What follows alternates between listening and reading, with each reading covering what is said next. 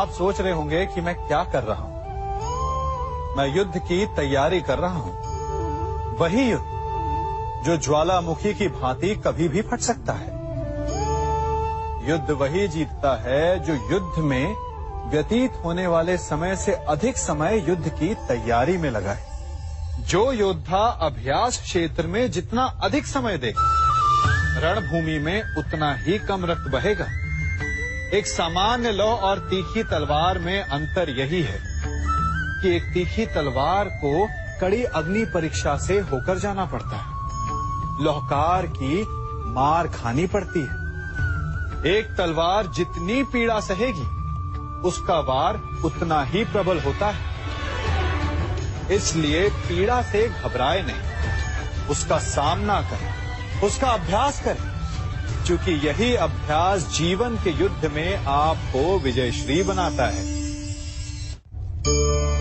जब मेघ छाते हैं तो क्या होता है?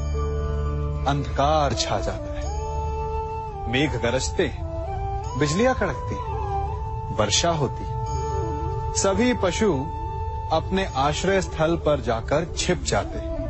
मनुष्य अपने घरों की ओर दौड़ते हैं और सभी पक्षी अपने घोंसलों में जाकर छिप जाते हैं। परंतु एक जीव है जो गरजते मेघों को, कड़कती बिजलियों को, भारी वर्षा को भी हरा देता है। वो जीव है बाज, क्योंकि वो समस्या की जड़ों से ऊपर उड़ता है। वो गरजते मेघों से, कड़कती बिजलियों से, भारी वर्षा से, इन सब से ऊपर। यही अंतर है हारने वालों में और जीतने वालों में। ये युद्ध हार और जीत का नहीं, समस्या और सोच का है। यदि आप अपनी सोच को छोटी रखेंगे तो समस्या बड़ी हो जाएगी, और यदि आप अपनी सोच को बड़ी रखेंगे तो समस्या छोटी हो जाएगी। दो मनुष्यों के मध्य होता है, परंतु विजय सदैव एक ही मनुष्य को मिलती है। जबकि समान रूप से दोनों शक्तिशाली होते हैं, समान ज्ञान प्राप्त करते हैं। कारण, दो प्रकार के लोहे होते हैं, एक ठंडा, एक गर्म। कभी सोचा है, लौहकार लोहे को लोहे से ही काटता है, परंतु सदैव ठंडा लोहा ही गर्म लोहे को काट पाता है। और यही नीति मनुष्यों पर भी लागू होती है। जब युद्ध होता है तो जिसके मन में ईर्ष्या होती, जलन होती, आक्रोश होता है, वो गर्म लोहे के समान। और जिसका मन शांत होता है, जिसका मन संयम से बंधा होता है, वो ठंडे लोहे के समान है। और वही ईर्ष्या और द्वेष नामक गर्म लोहे को काट सकता है। इसलिए यदि जीवन के संग्राम में विजय प्राप्त करनी है तो अपने मन को शांत रखें, क्योंकि गर्म लोहे की भांति ईर्ष्या और क्रोध जैसे भाव को रखने वाला मनुष्य सदैव शांत स्वभाव के मनुष्य के समक्ष निर्बल है। शक्ति ईर्ष्या और क्रोध में नहीं, शांति और संयम में है। सभी बड़े सदा यही कहते आए कि यदि आगे बढ़ना है तो अपनों का साथ दो। सत्य कहते हैं, अपनों का साथ देना ही चाहिए, परंतु साथ देने से पूर्व ये अवश्य पहचान लेना चाहिए कि अपने हैं कौन। क्या अपने वही होते हैं जिनके साथ हमारा रक्त संबंध होता है, या अपने मित्र? अपने वो होते हैं जो हमें सद्कार्य के लिए प्रेरित करें, हमें आगे बढ़ाएं, हमारा साथ दें। और वो जिनका साथ देने से समाज का नाश, धर्म की हानि हो, वो सगे हो करके भी सगे नहीं होते। इसलिए जब अपनों की परिभाषा का चुनाव करें तो उन्हें अपना माने जो आपका साथ दे, उन्हें नहीं जो हमें अज्ञान के मार्ग पर ले जाएं। सीमा एक रेखा ही नहीं, एक परिभाषा भी है। सीमा हर किसी की होती है, प्रेम की, धैर्य की, मित्रता की और शत्रुता की भी। और जो सदैव सीमा में बंधे रहते हैं वो सामान्य मनुष्य बनकर रह जाते हैं, परंतु जो समय आने पर सीमा तोड़ देते हैं वही भविष्य बनाते हैं, क्योंकि सीमा केवल आपको मर्यादा में नहीं रखती, आपको बांधती भी है। अब ये आप पर, मुझ पर, हम सब पर निर्भर करता है कि ये जाने कौन सी सीमाएं हमें बांधती हैं और कौन सी सीमाएं शक्ति के नए मार्ग समक्ष लाती हैं। इसलिए सीमाएं तो जो कर सकते हो उससे अधिक करने का प्रयत्न करो, तभी नई सीमाएं बना पाओगे। भाग्य क्या है? जो आपने किया उसे भोगना भाग्य है, या जो आपके पूर्वजों ने किया उसका फल भाग्य है? नहीं, भाग्य वही है जो आपने किया, क्योंकि हर मनुष्य को अपने कर्मों के फल भुगतने होते हैं। इसलिए यदि जीवन में कुछ भी करें तो उस पर अपनी दृष्टि अवश्य रखें, क्योंकि आपके एक कर्म का फल आपका भविष्य बदल सकता है। हम वही बनते हैं जो हम चुनते हैं, क्योंकि वही हमारा भाग्य बनता है। मनुष्य सुंदरता से आकर्षित होता है, उससे प्रेम करता है और असुंदर को देता है। ऐसा होता है ना? क्या आप ऐसा नहीं करते? करते हैं। तो सुंदर और असुंदर की परिभाषा क्या है? इस आकर्षण और विकर्षण का कारण क्या है? कभी सोचा है? कभी सोचा है कि जिससे आप प्रेम करते हैं, जिसके प्रति आप आकर्षित होते हैं, अचानक से उसके लिए मन में वितृष्णा आ जाती है, और जिसके प्रति घृणा होती उसके लिए एकाएक आपके मन में प्रेम उमड़ आता है। कारण है दृष्टिकोण। क्योंकि सुंदरता आपके मन में होती है, आपके सोच में होती है, आपके दृष्टिकोण में होती है। इसीलिए किसी को कीचड़ में खिला हुआ कमल सुंदर लगता है और किसी को निर्मल चंद्रमा में भी कलंक का धब्बा दिख जाता है। यदि आपको सुंदरता अनुभव करनी, हर पल आनंद में रहना है, तो अपने दृष्टिकोण को सुंदर बनाएं और अपने आप सब कुछ सुंदर बन जाएगा। हम अपनी सोच और संसार की मान्यता के अनुसार अपने विचार बनाते हैं। जैसे सत्य कहना धर्म है, असत्य कहना पाप, सहनशीलता धर्म है और क्रोध करना अधर्म, उपकार करना, जीवों पर दया करना धर्म है और निष्ठुर होना अधर्म। परंतु क्या यही सत्य है? क्या कभी कभी परिस्थितियां इन आवेशों को उल्टा नहीं कर देती? करती। यदि इस संसार में कुछ धर्म है, कुछ पुण्य है, कुछ महान है, तो परिस्थिति के अनुसार चलना।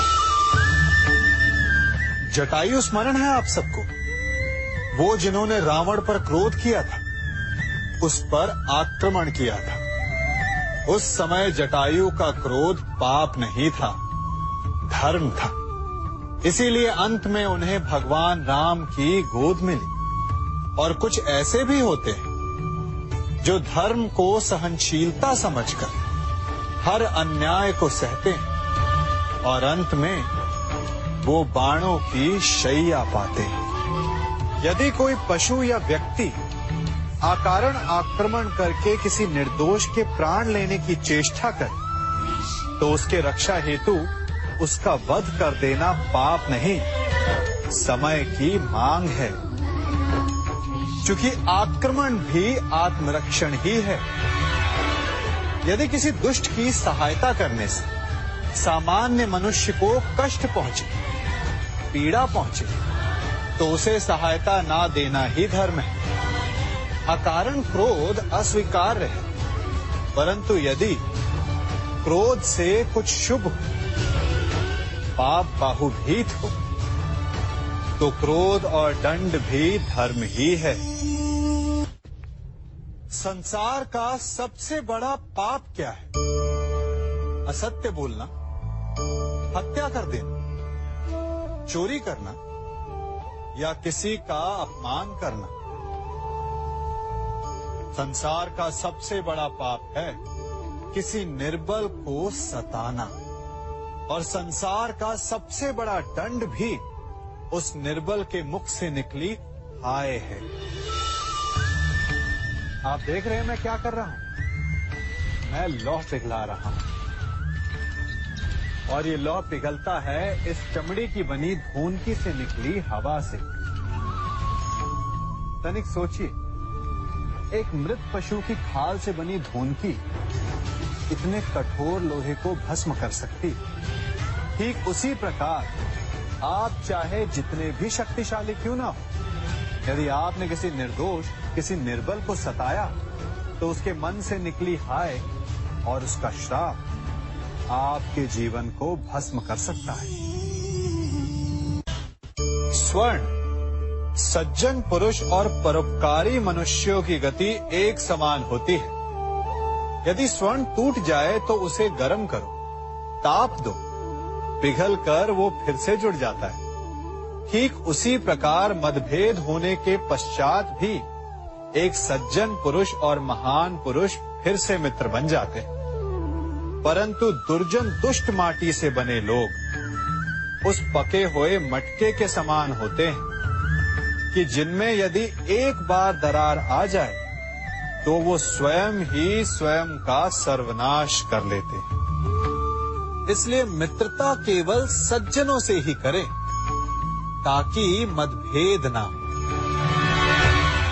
दुष्टों का समूह अपना नाश स्वयं ही कर लेता है। यदि कोयले की खान में जाओ तो चाहे जितनी भी सावधानी बरतो, अपने वस्त्रों पर कालिख लग ही जाती है। इसलिए दुष्ट मित्रों से सावधान। सज्जन शत्रु प्रत्येक परिस्थिति में श्रेष्ठ है।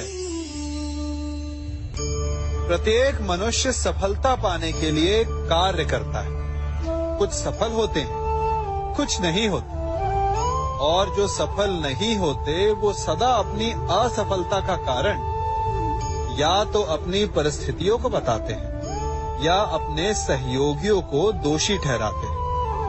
परंतु क्या वास्तविकता में ऐसा ही होता है? क्या कोई परिस्थिति या कोई व्यक्ति किसी की असफलता का कारण बन सकते हैं? उत्तर हाँ भी है और ना भी। कैसे? आप इस तितली को देख रहे हैं? आपने एक मक्खी को भी देखा होगा। प्रकृति ने दोनों को समान गुण दिए हैं रस पान करने का। एक तितली फूलों पर जाकर उसका रस लेती और इस अवस्था में नए फूल खिलने की व्यवस्था भी करती है, और मक्खी घाव पर बैठती है, घाव को सड़ाती है और रोग भी फैलाती है। यदि इसमें किसी बात का अंतर है तो केवल सोच का। यदि आप उचित मार्ग चुनेंगे तो आपको सफलता मिलेगी, आप में उत्साह बढ़ेगा, और यदि आप अनुचित मार्ग चुनेंगे तो आपको असफलता मिलेगी, निराशा मिलेगी। अब उचित मार्ग चुनना है या अनुचित मार्ग, ये निर्णय तो आप पर निर्भर करता है। मनुष्य सदा भला बुरा, खरा खोटा, सत्य असत्य की बातें करता है। सत्य को अच्छा मानता है और असत्य को बुरा। परंतु क्या आपने कभी ये सोचा कि प्रत्येक वस्तु, प्रत्येक भाव का एक महत्व होता है? दोनों ही एक दूसरे के पूरक होते हैं। यदि काला रंग नहीं होगा तो क्या श्वेत रंग की आभा का अनुभव होगा? यदि असत्य नहीं होगा तो क्या सत्य के महत्ता का ज्ञान होगा? यदि बुरा नहीं होगा तो क्या भले पर आपको विश्वास होगा? कुछ महत्वपूर्ण है तो दोनों के मध्य का संतुलन। बुरी से बुरी वस्तु, समय या भाव, कोई ना कोई स्वयं में शुभ छिपाए रखती है। कभी काले गरजते मेघों को देखा है? उसके किनारे भी एक स्वर्णिम आभा होती है। उसी प्रकार यदि आपके जीवन में बुरा समय आए तो आपको अपने सच्चे मित्रों की पहचान हो जाती है। तो बुरे समय में निराश ना हो, उसमें भी कुछ शुभ खोजने का प्रयास करें और धीरे धीरे सब कुछ आपके जीवन में स्वतः शुभ हो जाएगा। संसार में सबसे महत्वपूर्ण क्या है? दृष्टि या दृष्टिकोण, समझ या सोच? सामान्यतः मनुष्य की दृष्टि और सोच में अधिकतर वो वस्तु, वो घटनाएं, वो भाव श्रेष्ठ हैं जो हमें आनंद दे, और जो हमें आनंद नहीं देते उन्हें हम दुखदाई मान लेते हैं। परंतु दृष्टिकोण और सोच को यदि एक भिन्न कोण से देखें तो परिस्थितियां भिन्न सिद्ध हो सकती हैं। जिस प्रकार भीषण गर्मी हमें सुहाती नहीं, परंतु वही गर्मी सागर और नदियों के जल को वाष्पित करती है और हमें मनोरम वर्षा का आनंद देती है, उसी प्रकार भीषण परिश्रम के पश्चात हमें सफलता मिलती है। शिक्षा के पश्चात हमें हमारा लक्ष्य मिलता है। तो सदा स्मरण रखिएगा कि दुख और पीड़ा से भागे नहीं, क्योंकि यही भविष्य में आने वाले सुख का मूल है। जब भी आपने यात्रा की होगी तो अवश्य अपने मार्ग के आसपास कुछ रिक्त स्थान देखे होंगे, कुछ खेत देखे होंगे, कोई ना कोई भूमि का टुकड़ा अवश्य देखा होगा। कुछ स्थान ऐसे होते हैं जहां पेड़ लगे होते हैं, जहां माली बड़े प्रेम से उन्हें बोता है, उन्हें सींचता है। और कुछ स्थान ऐसे भी होते हैं जहां बिना माली के खरपतवार उग जाते हैं, कुछ अन्य पौधे उग जाते हैं। माली द्वारा उगाए वृक्ष हमें ठंडी छाया देते हैं, हमें फल देते हैं, ईंधन के लिए लकड़ियां देते हैं। और बिना परिश्रम के उपजित खरपतवार यदि कुछ करते हैं तो ये कि वो भूमि को बंजर बनाते हैं। हमारा मन भी रिक्त भूमि की भांति होता है। यदि अपने परिश्रम से उसमें सुविचारों के बीज डालोगे तो फलदायक विचार उपजेंगे, और यदि उसे रिक्त छोड़ दिया तो खरपतवार की भांति अनुपयोगी विचार आपके मन को अपना घर बना लेंगे, आपके मन को मैला कर देंगे, उसे बंजर कर देंगे। अब निर्णय आपका है कि आपको सुविचार देने वाला मन चाहिए या कुंठा देने वाला। जल प्रकृति को इस संसार की सबसे अनूठी देन है। वो महासागर में भी मिलता है और मीठे तालाब में भी, वो पवित्र गंगा में भी होता है और दुर्गंध आती नाली में भी। हम तालाब और नदी को सम्मान इसलिए देते हैं क्योंकि उसका मीठा जल हमारी प्यास बुझाता है। परंतु सागर का जल पीने योग्य नहीं होता, इसीलिए कभी कभी हम उसे उतना महत्व नहीं देते और नाली के जल को हम हे दृष्टि से देखते हैं। तो क्या ये उचित है? हमारे संबंध भी इसी जल की भांति होते हैं। जिस संबंध से हमें लाभ ना, उससे हम दूर हो जाते हैं। कभी ईर्ष्या के कारण, कभी अहंकार के कारण उस संबंध को तोड़ देते हैं। तो क्या संबंध को तोड़ देना उचित है? तनिक विचार कीजिए। माना कि सागर का जल फसल नहीं दे सकता, परंतु मोती तो देता है। माना कि नाली का गंदा जल हमें किसी भी कार्य के लिए उपयुक्त ना लगे, परंतु वो भी कहीं लगी अग्नि को बुझा सकता है। ठीक इसी प्रकार प्रत्येक संबंध कहीं न कहीं किसी न किसी परिस्थिति में उपयोगी हो सकता है।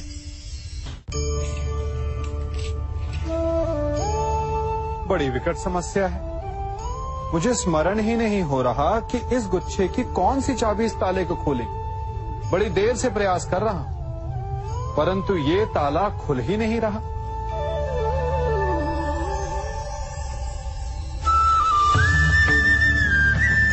ऐसी परिस्थिति में आप क्या करेंगे? अधिकतर लोग ऐसी परिस्थिति में अपनी आशा खो बैठते हैं। उन्हें लगता है कि चाबी खो गई। वो तिलमिला जाते हैं, क्रोधित हो उठते हैं। परंतु उस समय धैर्य रखें तो गुच्छे की अंतिम चाबी ताला खोल सकती है।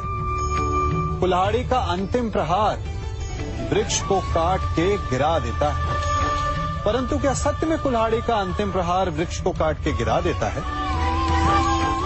आपको आपका लक्ष्य दिला देता है? नहीं।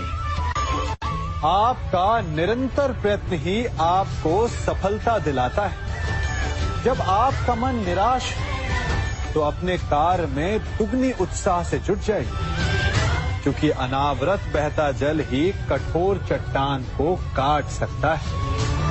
सफलता का मूल है परिश्रम, प्रयास और आशा। मनुष्य का जीवन ऋतुओं के समान होता है। आज ग्रीष्म तो कल वर्षा, परसों शीत। तनिक संकट आया तो हम संयम खो बैठते हैं। तनिक ऋतु बदली तो हम अधीर हो जाते हैं। अपने आक्रोश में, अपने क्रोध में हम उनसे ही संबंध बिगाड़ लेते हैं जो हमारे अपने होते हैं। क्यों? ऐसा होता है ना? हमें लगता है कि हमारे अपने हैं, फिर से मना लेंगे। परंतु स्मरण रखिए, सदा ऐसा करना संभव नहीं होता। सागर की उछलती लहरों को तट सहता है, और यदि तट ही टूट जाए तो बाढ़ आ जाती। हमारे संबंध भी दूध की भांति होते हैं। दूध तपकर उबल सकता है, परंतु यदि उसमें खटास आ जाए तो वो फट भी जाते हैं। और फटे दूध को चाहे जितना मत लो, उसमें से माखन नहीं निकलेगा। इसीलिए अपने संबंधों को संभल कर निभाना चाहिए। मनुष्य की सबसे बड़ी दुर्बलता क्या होती है? सोचिए। धन, प्रेम, अहंकार। मनुष्य की सबसे बड़ी दुर्बलता होती है उसके रहस्य। चाहे आप कितने भी शक्तिशाली क्यों ना हो, कितने भी प्रबल क्यों ना हो, परंतु उसके रहस्य उसके नाश की चाबी होती है। इसलिए यदि प्रबल रहना है, शक्तिशाली रहना है, समर्थ रहना है, तो अपने रहस्य को किसी को भी ना बताएं, ना मित्र को और ना ही शत्रु को, क्योंकि समय पड़ने पर कब कौन शत्रु हो जाए ऐसा कहना संभव नहीं। विभीषण को रावण के अमृत कुंड का ज्ञात था, इसीलिए प्रभु श्री राम रावण का वध करने में सफल हो सके। इसलिए उचित यही है कि आप अपने रहस्य को स्वयं तक ही सीमित रखें। मनुष्य का मन बड़ा विचित्र होता है। कल्पना में ही विकास करता है, संपन्न भविष्य का स्वप्न देखता है, और कल्पना में ही जो नहीं हुआ उससे भय खाता है। और यही भय मनुष्य का सबसे बड़ा शत्रु है। हमारे भविष्य के मार्ग में, हमारे आनंद के मार्ग में सबसे बड़ी बाधा है। अब आप लोग मुझसे पूछेंगे कि इसका तोड़ क्या है, भय से मुक्ति कैसे पाई जाए? तो ये प्रश्न आप स्वयं से पूछिए। तनिक सोचिए, जब आप एक सुंदर भविष्य की कामना करते हैं तो उसे पाने के लिए आप परिश्रम करते हैं ना? ठीक उसी प्रकार भय से मुक्ति पाने के लिए आप उससे लड़ जाएं। और उसका निवारण आपको स्वतः ही मिल जाएगा। इसलिए जब भी भय आपको सताए तो उससे भागे नहीं, उससे घबराए नहीं, क्योंकि भय का काम ही होता है आपको भयभीत करना। इसलिए जब भी भय आप पर आक्रमण करे तो आप भी उस पर पहले ही आक्रमण कर दें। हम सब मित्रों के साथ रहना चाहते हैं, शत्रुओं से दूर रहना चाहते हैं। क्यों? क्योंकि हमें जीवन में आनंद पाना है, जीवन में आगे बढ़ना है, स्वयं को संपन्न देखना है। और यदि किसी से भी आप पूछेंगे कि जीवन में सफलता पाने के लिए सबसे अधिक आवश्यकता किसकी होती है, तो हर एक आपको लगभग एक ही उत्तर देगा। सफलता प्राप्त करने के लिए आपको सच्चे मित्रों की आवश्यकता होती है। परंतु यदि आपको और अधिक सफल होना है तो आपको केवल मित्रों की नहीं, शत्रु की अधिक आवश्यकता है। अब आप कहेंगे, ये मैंने कैसी बात कर दी? तनिक स्वयं सोचिए। जब भी संकट आता है तो मित्र क्या करते हैं? आपकी सहायता करने के लिए आपके साथ खड़े हो जाते हैं। और संकट के समय में शत्रु और बड़ा संकट बनकर हमारे समक्ष खड़े हो जाते हैं। मित्र हमें सहायता देते हैं, अपनी शक्ति देते हैं, परंतु शत्रु आपके भीतर छिपी शक्ति को बाहर लाता है, आपको और अधिक बलवान बनाता है। संगति या साथ, मित्र और साथी मनुष्य के व्यक्तित्व के लिए सबसे महत्वपूर्ण होते हैं। अब आप कहेंगे, ये कैसे? मनुष्य अवश्य अपने व्यक्तित्व के लिए उत्तरदायी होता है, परंतु मनुष्य संगति में ना चाहते हुए भी उसका व्यक्तित्व संगत की भांति हो जाता है। इन पात्रों को देख रहे हैं, मध्य में जल रखा है, इसमें दूध है और इसमें मलिन कीचड़ रखा है। यदि मैं इस जल को इस दूध में मिलाता हूं तो ये जल दूध बन जाता है, और यदि इसी जल को इस मलिन कीचड़ में मिलाता हूं तो क्या हुआ? ये जल कीचड़ बन गया। ऐसी कोई युक्ति नहीं कि जल बिना घुले मिले दूध या कीचड़ में अपना अस्तित्व बनाए रखे या उनसे अलग रहे। और ठीक ऐसा ही मनुष्य के जीवन में भी होता है।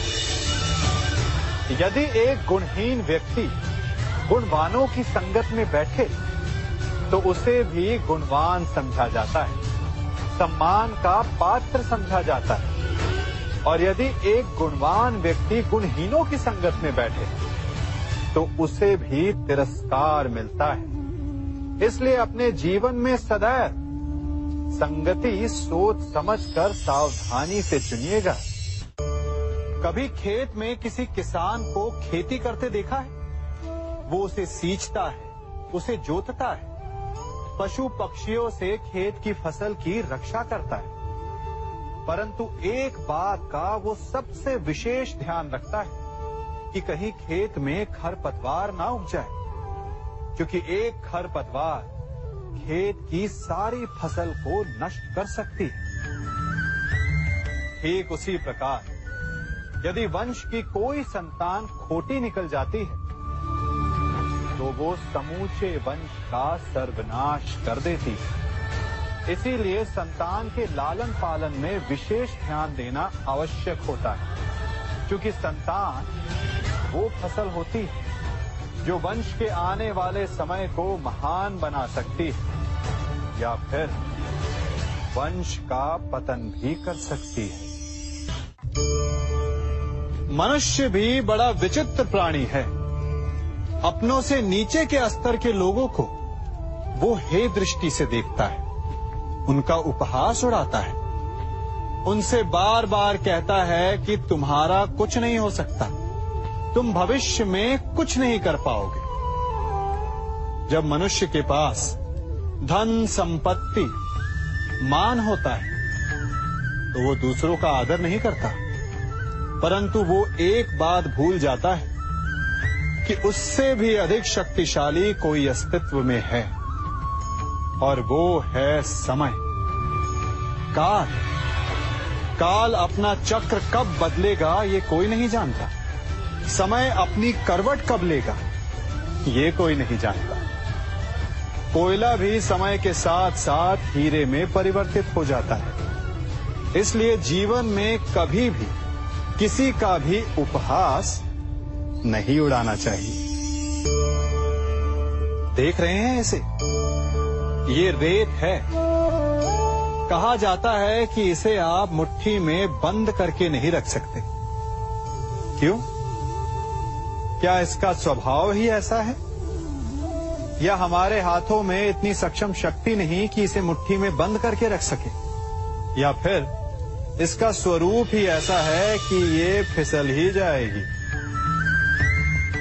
कदाचित इसीलिए कहा जाता है कि आप रेत को मुट्ठी में बंद करके नहीं रख सकते, परंतु मैं आपसे कहता हूं कि आप रेत को मुट्ठी में बंद करके रख सकते हैं। कैसे? इसका उत्तर है, यदि आपके हाथों में पसीना हो तो आप रेत को अपनी मुट्ठी में जकड़ सकते हो। और पसीना कैसे आता है? परिश्रम से, प्रयास से। तो यदि आप परिश्रम से निकले पसीने से आप रेत को मुट्ठी में बंद कर सकते हो, तो ऐसा क्या है जो आप जीवन में परिश्रम से पा नहीं सकते? मान, सम्मान, धन, संपत्ति, बल, ये सब परिश्रम की उत्पाद है। हम कौन हैं? हमारा अस्तित्व क्या है? हम क्या हैं और क्या बन सकते हैं? ये बड़ा विचित्र प्रश्न है, परंतु उतना ही महत्वपूर्ण भी। मनुष्य सदा अपने वर्तमान प्रारब्ध के लिए अपने अतीत को उत्तरदायी ठहराता है, अपने जन्म को, अपने परिवार को उत्तरदायी ठहराता है। परंतु तनिक सोचिए, एक कमल जो कीचड़ में खिलता है, वही कमल भगवान की मूरत पर शोभित होता है। एक कोयला जिसे कोई भी शीघ्र नहीं छूना चाहता, परंतु वही कोयला धरा का ताप और दबाव सहकर हीरे में परिवर्तित हो जाता है, और वही हीरा मस्तक पर सुशोभित होता है। तो इन उदाहरणों का निष्कर्ष क्या है? इन उदाहरणों का ये निष्कर्ष है कि उससे कोई अंतर नहीं पड़ता कि आपने जन्म कहां लिया। आपके कर्म आपका स्तर निर्धारित करते हैं। हमने कहां जन्म लिया ये हमारे नियंत्रण में नहीं था, परंतु हम कब और कहां अपने जीवन की अंतिम श्वास लेंगे ये अवश्य हमारे नियंत्रण में होता है। तो कर्म कीजिए, अपने जन्म की उलाहना मत दीजिए। एक मनुष्य सदैव शांति और अपनी स्वतंत्रता चाहता है, परंतु जैसे उसे ये अधिकार मिलता है, वो दूसरों का प्रभुत्व छीन लेना चाहता है। वो उनका अधिकार, उनकी स्वतंत्रता को छीन लेना चाहता है। वो ऐसा अपने आनंद, अपने लाभ के लिए करता है। अपने लाभ के लिए वो दूसरों का शोषण करता है। जो आलोचना नहीं करता उन पर अधर्म करता है। परंतु वही मनुष्य एक बात का स्मरण रखना भूल जाता है कि उसके कर्म ही उसे उसका फल भी देंगे। उसका प्रारब्ध उसे उसके मंतव्य तक अवश्य लेकर जाएगा। वर्षा का जल चाहे सागर में मिले या माटी में, परंतु समय के सूर्य की किरण उसी जल को वष्प में परिवर्तित भी कर देती है। इसीलिए किसी भी मनुष्य की विनम्रता का इतना अधिक लाभ ना उठाएं कि वो उग्र हो उठे। मैं क्या कर रहा हूं? मैं इस पौधे को सींच रहा हूं। आप भी ये कार्य प्रतिदिन करते हो। जब इस पौधे को जल देंगे तभी ये फलवित होगा, इसमें से फूल निकलेंगे, इसकी सुंदरता बढ़ेगी। परंतु प्रतिदिन ये कार्य करने के पश्चात भी हम इससे एक महत्वपूर्ण सीख लेना भूल जाते हैं। हम कभी पौधों के पत्तों पर, उनकी डालियों पर, उनके फूलों और फलों पर जलधारा नहीं डालते, उन्हें धोते नहीं, परंतु फिर भी वो पनपते हैं। यदि जल जड़ में जाए, वही सफलता का मूल है।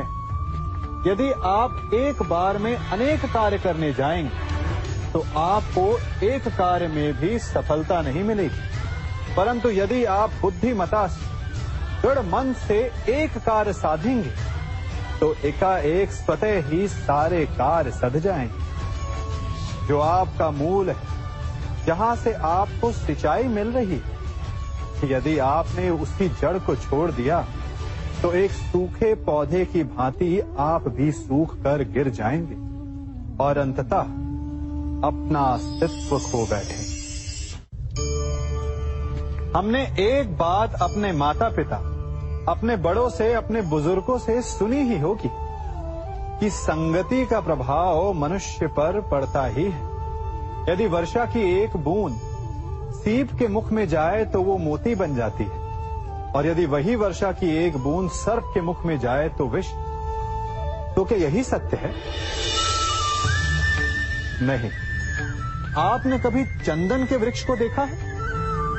उस पर सर्प विचरण करते हैं, विषधर उससे लिपटे रहते हैं, परंतु फिर भी चंदन का वृक्ष विषैला नहीं होता। वो तब भी सुगंध देता है और पवित्र माना जाता है। तो इसका रहस्य क्या है कि वर्षा की बूंद पर संगति का प्रभाव पड़ता है और चंदन के वृक्ष पर नहीं? इसका रहस्य है आत्मबल। वर्षा की बूंद वातावरण के अनुसार स्वयं को बदल लेती है, इसीलिए उसकी संगति ही उसका प्रारब्ध बन जाती है। परंतु चंदन का वृक्ष अपना व्यक्तित्व, अपना गुण नहीं खोता। इसीलिए यदि आप में आत्मबल हो, आपका मन दृढ़ हो, तो बुरी से बुरी कुसंगति भी आपका कुछ नहीं बिगाड़ सकती। सिंह को जंगल का राजा कहते हैं। सभी पशु पक्षी उसका बल मानते हैं, उससे भयभीत रहते हैं। परंतु सिंह को भी अपने भोजन के लिए आखेट करना पड़ता है, घात लगानी पड़ती है, बड़ी दूर तक उसे अपने शिकार का पीछा करना पड़ता है, और तब जाकर उसे भोजन मिलता है। और कई बार उसके ये कठिन प्रयास भी असफल होते हैं।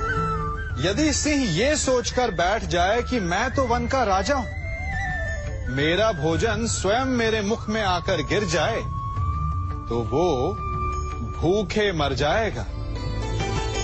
क्या समझे? राजा हो या रंक, उद्यम सभी को करना पड़ता है, क्योंकि मेहनत, परिश्रम यही तो सफलता की कुंजी है। यदि जल पाना है तो कुआं खोदने में पसीना बहाना ही होगा। यदि सफलता पानी तो रात दिन परिश्रम करना होगा। बिना परिश्रम के तो देवों को भी अमृत नहीं मिलता। इसलिए परिश्रम कीजिए, आज नहीं तो कल सफलता अवश्य मिलेगी। देख रहे हैं इसे? ये बड़ा भयंकर अस्त्र है। अब आप कहेंगे कि ये छोटी सी धातु भला किस काम की? आप चाहें तो इस धातु से वस्तुएं जोड़ लें, या फिर चोट भी खा सकते हैं। ये एक धातु लकड़ी के दो पट्टों को एक करके जोड़ सकती है, या फिर आपके शरीर में लग जाए या चुभ जाए तो आपको बहुत बड़ा घाव भी दे सकती है। इसलिए एक बात सदा स्मरण रखें, कोई भी वस्तु छोटी या बड़ी नहीं होती, सबका अपना महत्व होता है। यदि आपको स्वयं बड़ा बनना है तो कभी किसी को छोटा समझने की भूल ना करें। यदि छोटों का साथ